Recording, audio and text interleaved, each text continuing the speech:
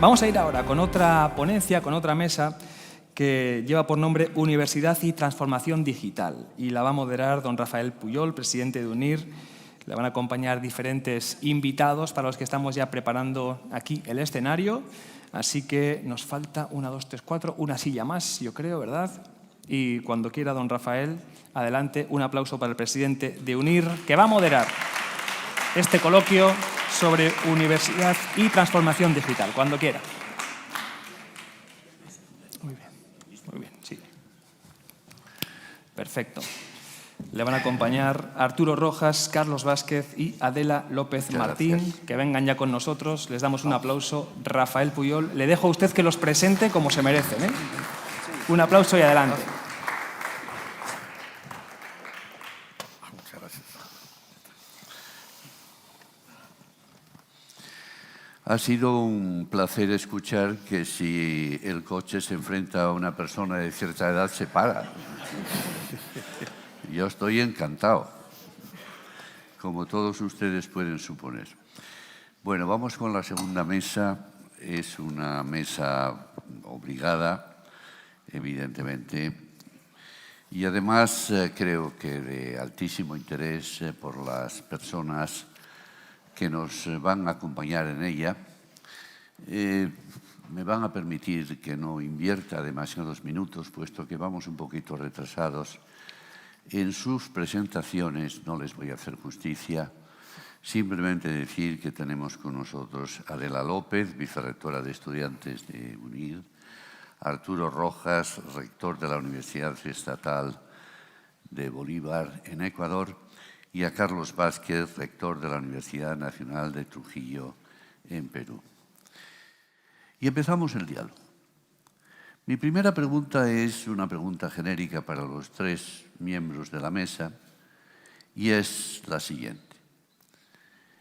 En sus países, queridos amigos, en sus países, y querida amiga, en sus países la enseñanza virtual sigue siendo considerada por el legislador como una enseñanza de segundo nivel, de segunda categoría, o es ya una enseñanza que ha adquirido carta de naturaleza como una enseñanza capaz de enseñar con la misma calidad con la que se puede realizar esta enseñanza a través de lo presencial. Y en Perú, Carlos, ¿qué pasa? Bien, Perú es un país en torno a la pregunta concreta, ¿verdad? ¿Qué actitud asume el Poder Legislativo frente a ese proceso de digitalización? Bueno, en principio quiero darles un dato muy especial que permite un poco sostener la respuesta que voy a dar. En términos de percepción de la comunidad, de la ciudadanía en general, de las personas que habitamos en el Perú, el Poder Legislativo es el más mediocre y deficiente en su funcionamiento. Y entonces de ahí colegimos una respuesta muy concreta. No hace absolutamente nada. La verdad es eso. Bien, ¿qué hacemos más bien las universidades frente a ello? Si la mirada estratégica en términos de desarrollo nacional tiene que ver de alguna manera con el funcionamiento de las universidades, somos nosotros los gestores, los responsables en la conducción de las instituciones universitarias peruanas, las que estamos marcando el paso un poco al Poder Legislativo y al Poder Ejecutivo. Su actuación no es la más lógica y adecuada. Por ejemplo, nosotros tenemos un sistema, un documento que es instrumento de gestión a nivel nacional que se llama el Sistema de Focalización de Hogares, donde se encuentra el porcentaje poblacional de estudiantes que están en pobreza o extrema pobreza. Cuando vino la pandemia, se nos dijo solamente podemos darles a ustedes un presupuesto magro, exiguo, consistente en tantos millones de soles para asistir con tablets, por ejemplo, a los estudiantes porque no había presencialidad. Y el documento sobre el cual ustedes tienen que guiarse o con el cual tienen que guiarse para poder orientar estos recursos es el CIDFO. Pero el CIDFO perdió toda vigencia. ¿Por qué? Supongamos Carlos Vázquez, hijo de padres vendedores ambulantes, comerciantes que venden en la calle, tenía un cierto ingreso. Con el COVID, todo el mundo se fue a su casa, no estaba permitido el comercio ambulatorio. Este joven Carlos Vázquez ya dejó de pertenecer ¿no es cierto?, a esos hogares o a ese hogar que tenía la posibilidad mínima de poder ser atendido económicamente por sus padres para cursar los estudios correspondientes. Y pasé a un nivel diferente, que es el de pobreza. Pero Carlos Vázquez no tenía la posibilidad de ser atendido con ese magro o exiguo presupuesto del Estado. Miren ustedes, falta de mirada estratégica, pues, porque los gobernantes, en el caso concreto del Poder Legislativo, debía tener una mirada estratégica del desarrollo del país y la necesidad de atención, sobre todo en una etapa y circunstancia tan singular como era el tema del COVID. Pues bien, en segundo lugar, la verdad es que se está entendiendo la transformación digital por esta clase mediocre del Poder Legislativo, ¿no es cierto?, ahí ubicada, radicada en el Poder Legislativo, que confunde, me parece a mí, lo que resulta ser el proceso de digitalización con lo que resulta ser realmente un proceso de transformación digital.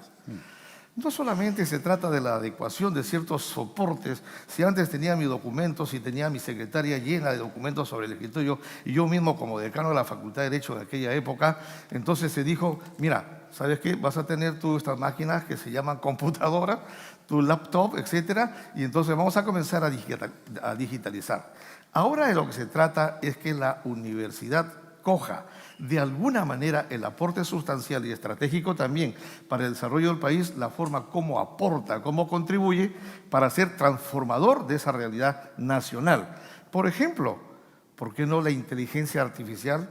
¿No es cierto? Decirle, mi zona básicamente es agrícola, es agroindustrial.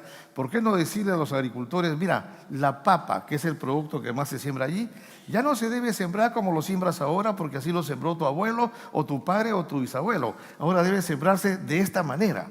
Hace 2 semanas escuché, porque soy presidente de la Asociación de Universidades Públicas del Perú, escuché en una universidad a un joven investigador que decía, la papa no se debe sembrar más bajo la tierra, tienes que sembrarla sobre la tierra.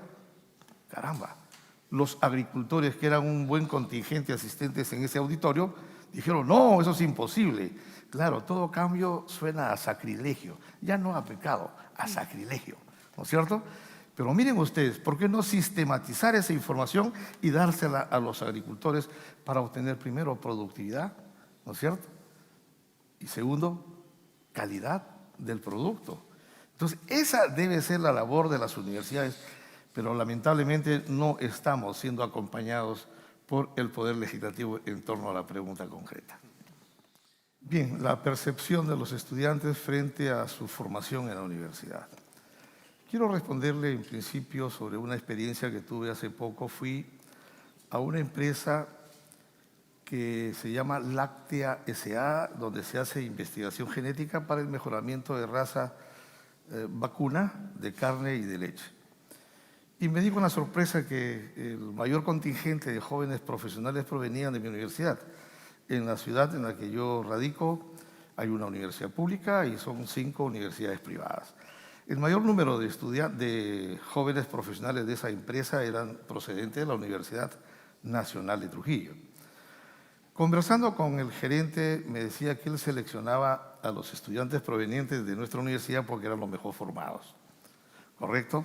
Y entonces eso no solamente me hace sentir orgulloso, obviamente, como rector de esa universidad, sino que es un indicador de la forma como estamos formándonos, ¿no es cierto?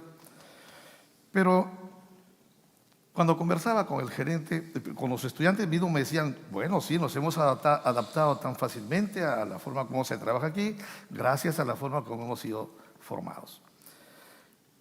Profundizando un poco más la conversación con el gerente, me dice, pero aquí hay que hacer un cambio profundo en la universidad. Ustedes saben que la investigación es uno de los roles misionales de las universidades en el mundo. Sin investigación no somos nada las instituciones universitarias. Me dice, mira, yo para poder investigar aquí tengo que tocar las puertas de las instituciones oficiales del Estado que dan presupuesto para ello. Es un terrible problema para mí ir a tocar puertas. A ustedes, universidades, no se les ve en la obligación de salir a pedir dinero, porque el Estado les da dinero a ustedes. Nosotros tenemos fuente de financiamiento, el canon minero, para fines de investigación. 2, aquí Lo que nosotros recibimos como dinero, lo que logramos como préstamos a veces para luego devolver, tenemos que hacerlo producir. Ustedes en la universidad, ¿qué producen? Sentí un golpe en el plexo, tipo boxeador que lo recibe, y obviamente me dejó sin aire. Sí, pues, efectivamente, le digo, ¿no? Pero ahí tenemos la gran producción de artículos científicos. ¿Pero para qué? Para darle en la yema del gusto a los que publican sus artículos, para satisfacer su ego egocéntrico, su orgullo egocéntrico, para que te lean en las mejores revistas, ¿no es cierto?, en Scopus, etcétera. Para ello, ¿cuál es el impacto que tienen esos resultados, el fruto de esa investigación, en el impulso del cambio, del desarrollo nacional y la búsqueda del bienestar de la sociedad? ¿Cuál es? Otro golpe en el plexo.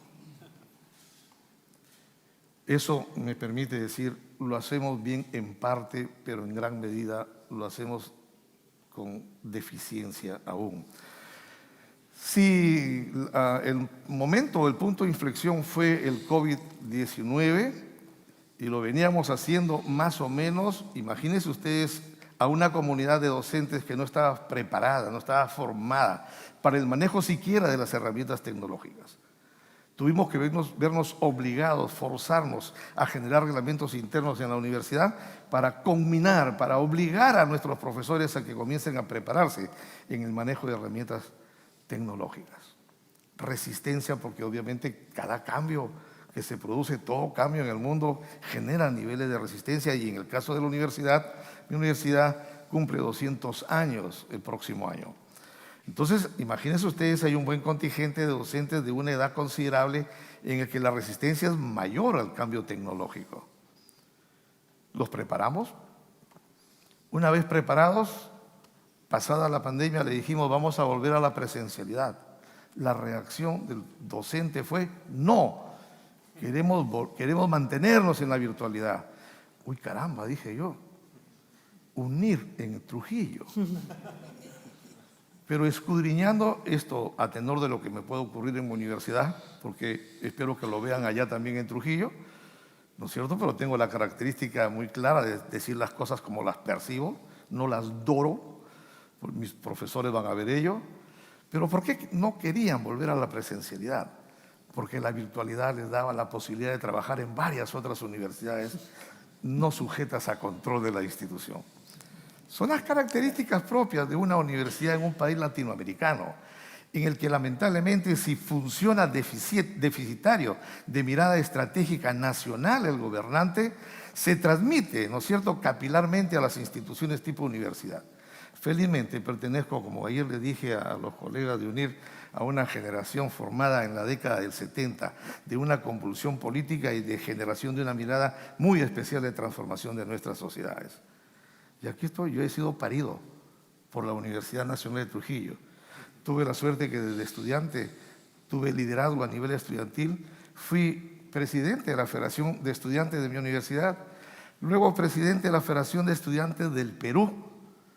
Entonces tengo una mirada muy clarísima sobre la necesidad de transformar la universidad pública y peruana.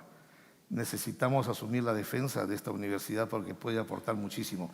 En el ecosistema, en el sistema económico hay muchos protagonistas, ¿no es cierto? Y hay que evitar desde la universidad que algunos de esos protagonistas provengan del sector empresarial que pretenda sacar de la información y del conocimiento réditos estrictamente grupales de intereses subalternos.